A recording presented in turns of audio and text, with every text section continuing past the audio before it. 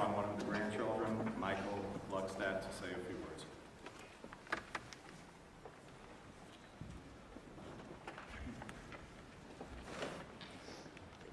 Thank you, Sandy. Both all the rabbis that are here, and many, everyone else in attendance. Soon after I received word that my grandfather had suffered a mini stroke and lay in a coma in a hospital in Israel, I received a text message from my cousin Talia, asking if I would join the family in saying a portion of Tehillim. When I looked at my Chelek, Yom Rishon, I was immediately struck by the first few Pesukim, which are the first few Pesukim in the Sefer, which I'll read here. Ashrei ha'ish asher lo halach be'atzat r'sha'im u'b'derech hata'im lo amad u'b'moshav leitziv lo yashav. Praiseworthy is the man who did not walk in the counsel of the wicked, and in the path of the sinful did not stand, and in the session of scorners did not sit. Hi'im b'torat Adonai chatzo, u'v'torato yihageh yomam v'layla. Rather, in the Torah of Hashem, is his desire, and in his Torah he meditates day and night.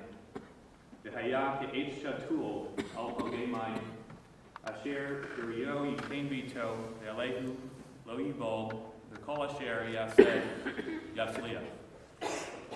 He shall be like a tree, deeply rooted alongside brooks of water, that yields its fruit in its season, and his leaf never withers, and everything he does will succeed.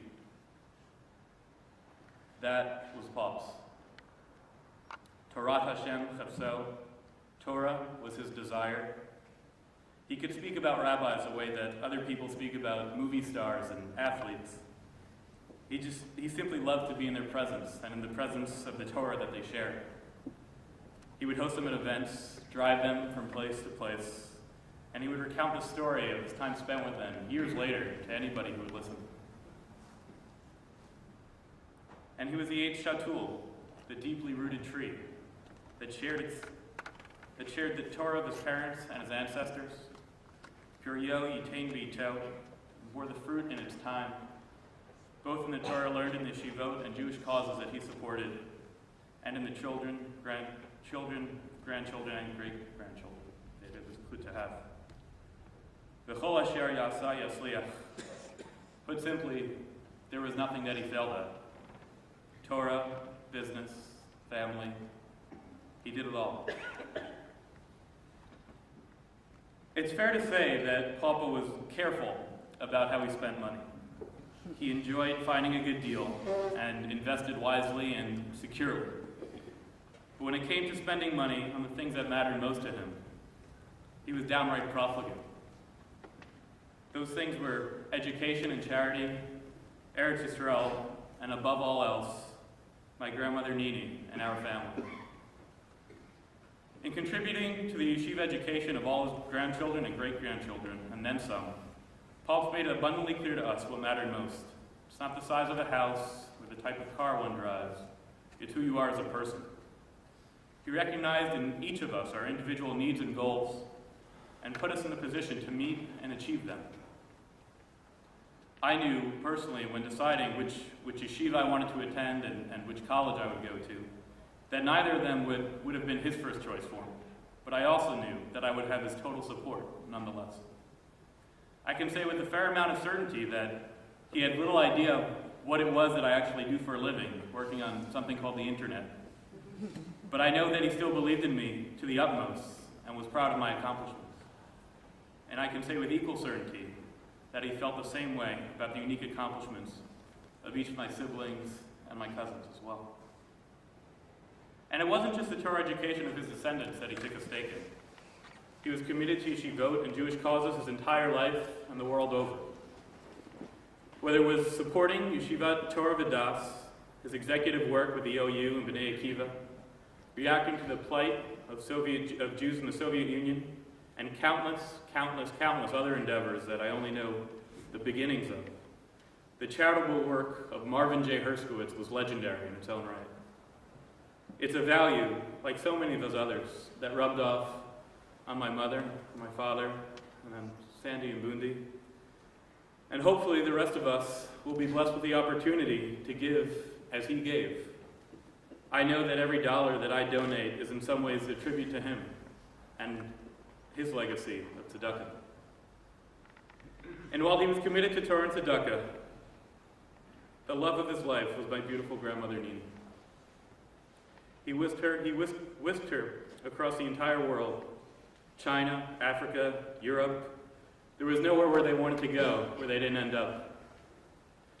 Always dressed fashionably and elegantly, Nina was constantly by Papa's side. And in what ended up being the last few years of his life, as her disease progressed, he spent so much of his time doting on her, meeting with and consulting the very top doctors in the field on a more than regular basis, hiring a full-time aide to give her the care that she needed. There was no expense too great to make sure that Mother, as he called her, was taken care of as best he could. And while his devotion to Nini was remarkable, it's not surprising, because above all else, family is what mattered most to him. Every Pesach of my entire life was spent surrounded by family, brought together at a destination he had carefully considered. Whether in Israel, the Nepali, or more recently Princeton, New Jersey, Papa always ensured that the family was together.